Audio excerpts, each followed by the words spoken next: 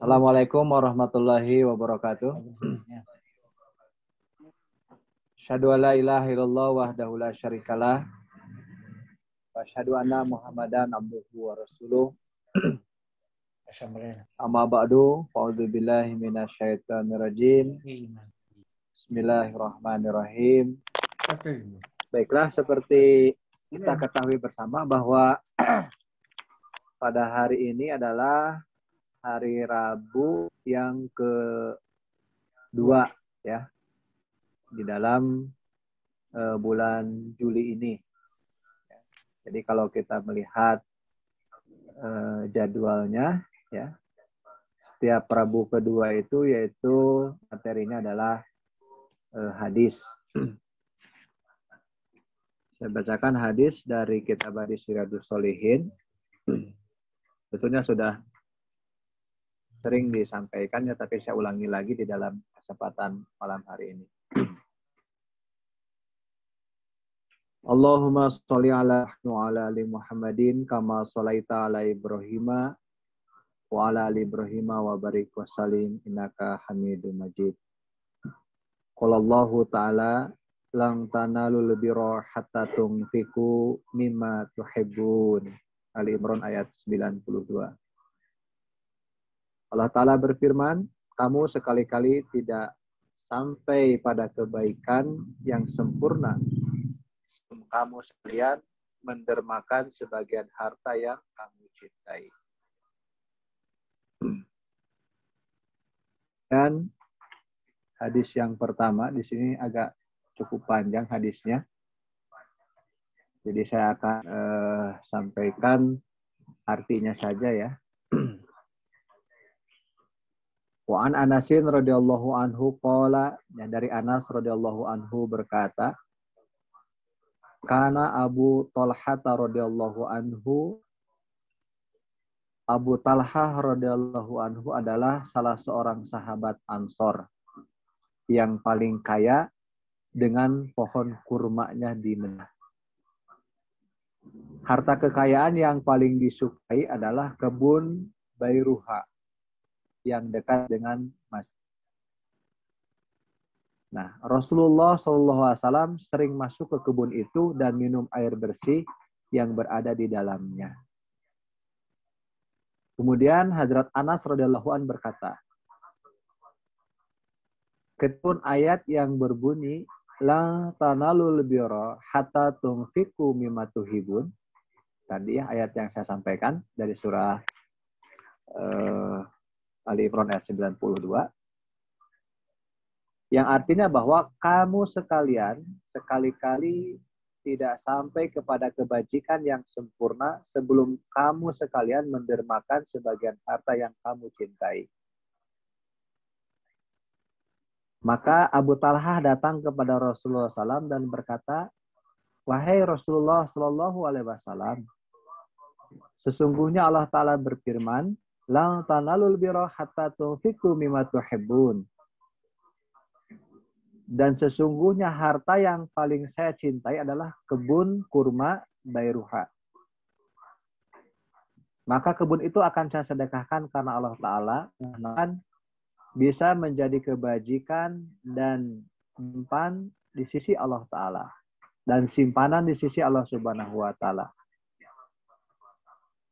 Maka pergunakanlah wahai Rasulullah SAW dengan petunjuk Allah kepada Tuhan. Kemudian Rasulullah SAW bersabda, bagus. Itu adalah harta yang beruntung. Itu adalah harta yang beruntung. Saya telah mendengar apa yang kamu katakan dan saya berpendapat bahwa akan saya bagikan kepada sanak kerabat. Maka Abu Talhah berkata, wahai Rasulullah SAW, saya akan melaksanakan petunjuk Tuhan. Kemudian Abu Talhah membagi-bagikan kebun itu untuk sanak kerabat dan saudara-saudara sepupunya. Ini riwayat Bukhari dan Muslim. Nah, Bapak Ibu hadirin hadirat semuanya, ya, dari hadis ini kita mengetahui ya bagaimana keimanan dan kecintaan dari para sahabat Rasulullah Shallallahu Alaihi Wasallam. Jadi ketika mereka mendengar ayat tadi lang tulbir hatta tunfiqu mimma tuhibun, yang artinya bahwa kamu sekalian tidak akan ataupun sekali-kali tidak akan sampai kepada kebajikan yang sempurna, ya, sebelum kamu mendermakan ataupun menginfakkan apa-apa yang kamu cintai. Nah, bagaimana sambutan ataupun penerimaan dari para sahabat? Nah, ini dibuktikan oleh tadi, yaitu Hazrat Abu Talhah Allahu an. Jadi dia memiliki satu kebun yang begitu sangat beliau cintai, itu dinamanya apa tadi, Bairuha, ya. Bahkan Rasulullah SAW pun juga sering ke situ, ya, singgah ataupun minum air yang ada dari kebun itu, ya, karena kebetulan mungkin kebun itu ada airnya, ya.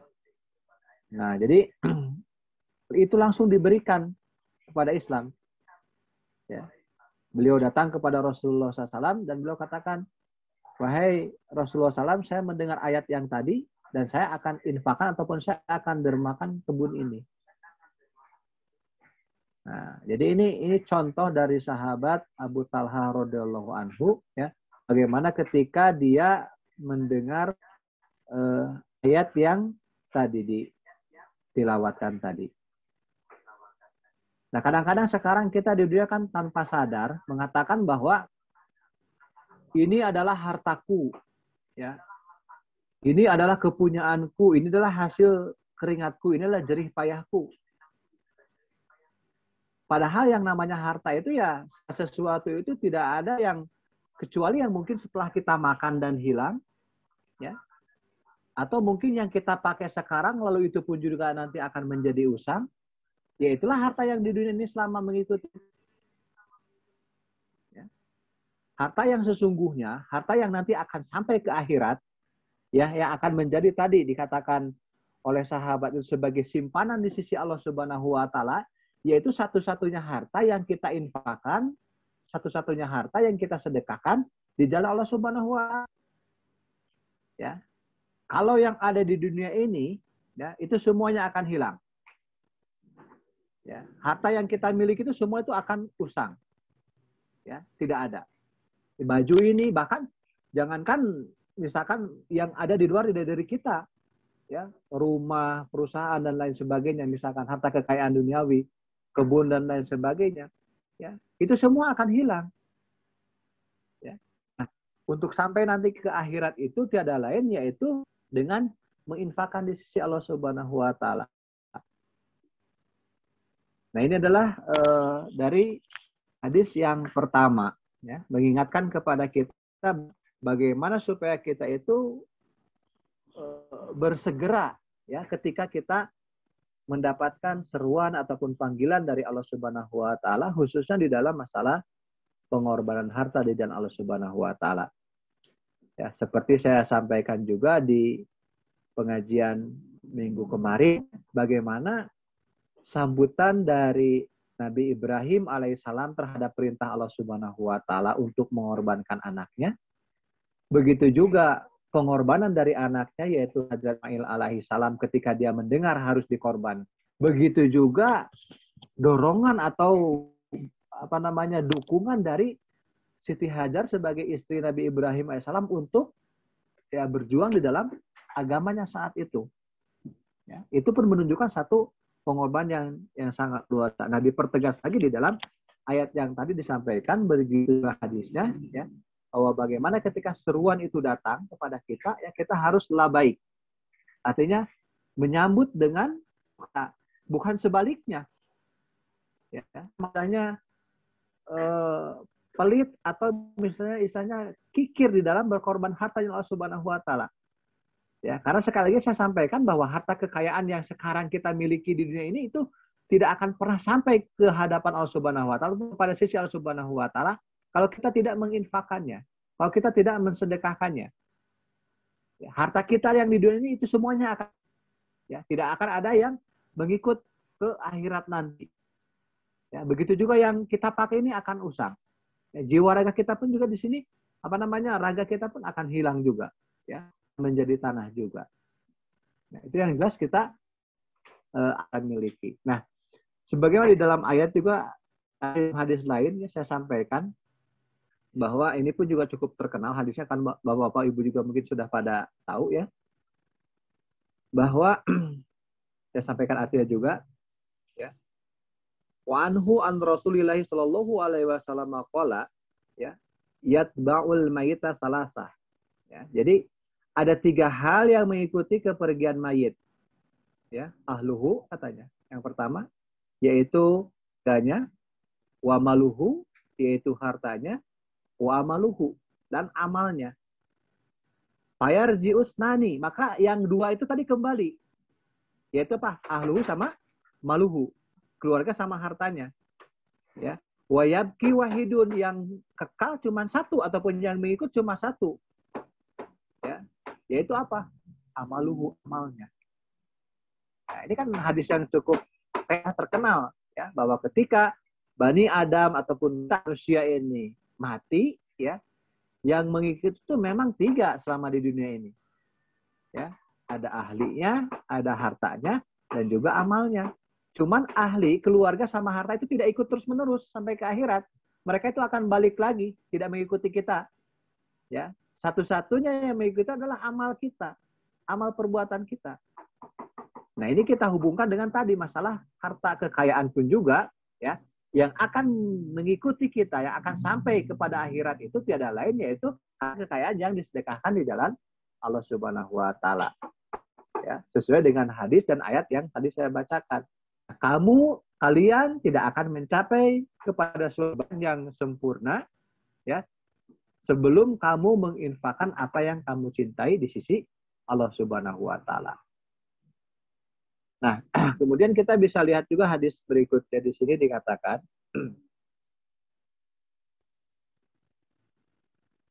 wa an Taurid bin Shaddadin radhiyallahu anhu qala Rasulullah sallallahu alaihi wasallam mad dunya fil akhirah illa mislu ma yaj'alu ahadukum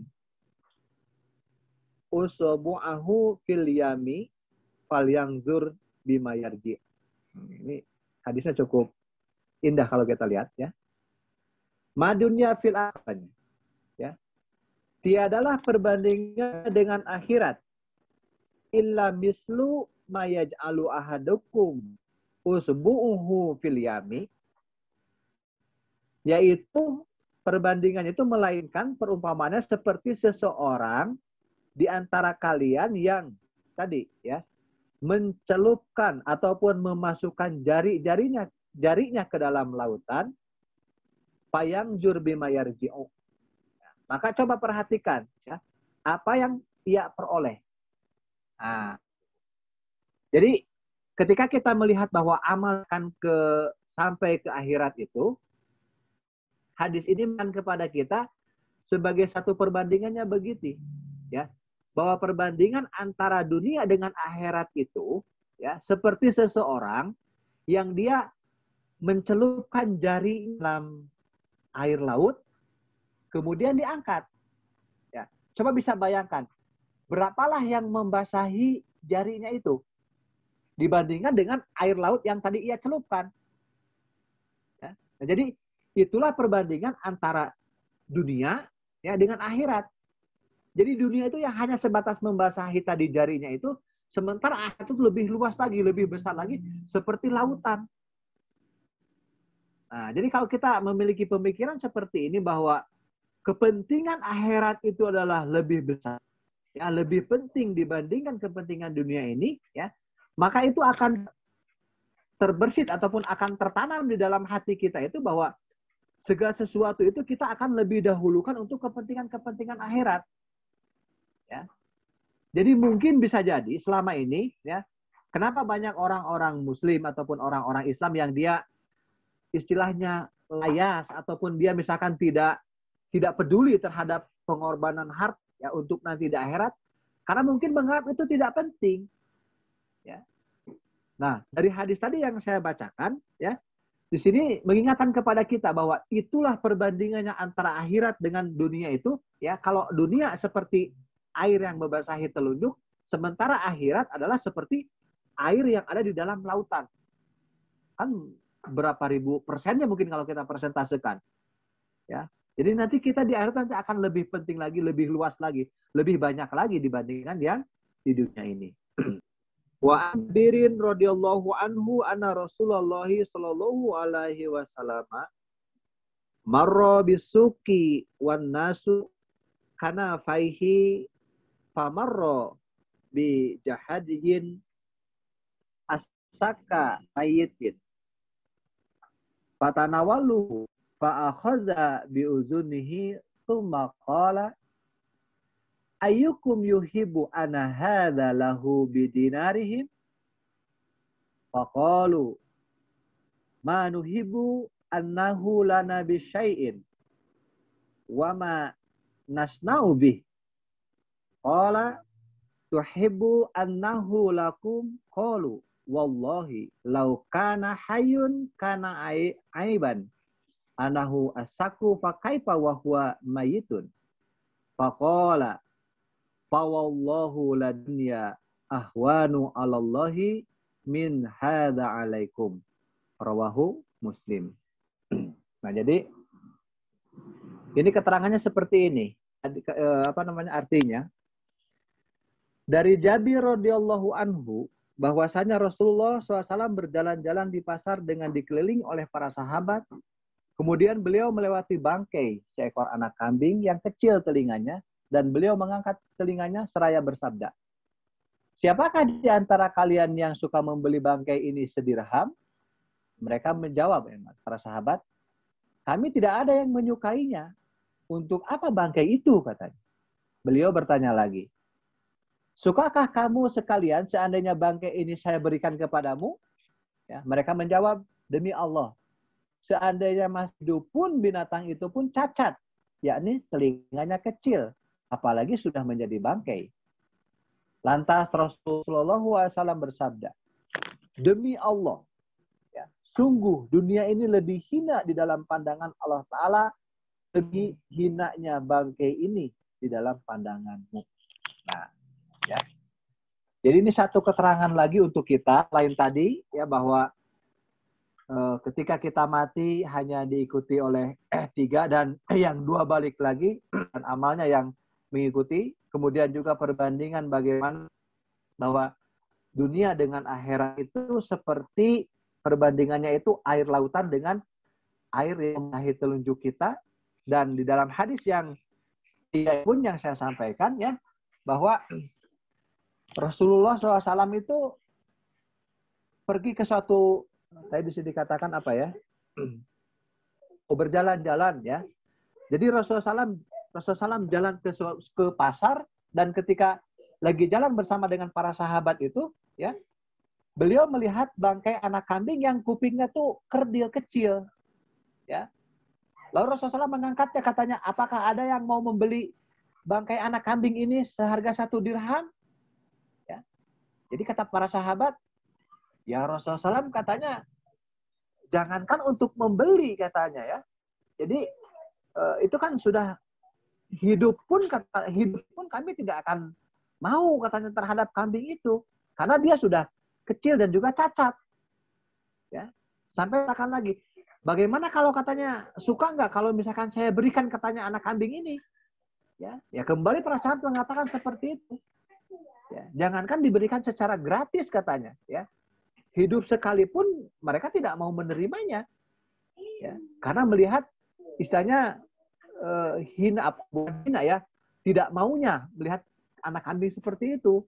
Nah, maka tadi Rasulullah mengatakan, demi Allah, katanya, ya, sungguh dunia ini lebih hina di dalam pandangan Allah Ta'ala, melebihi hinanya bangkai dalam pandanganmu.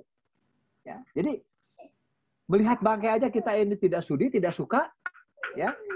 Nah, Allah Subhanahu Wa Ta'ala pun katanya dunia itu lebih hina seperti itu. Ya. Ini saya sampaikan bukan berarti kita ini harus betul-betul menghindar dari dunia, tidak, ya, tidak seperti itu maksudnya. Ya.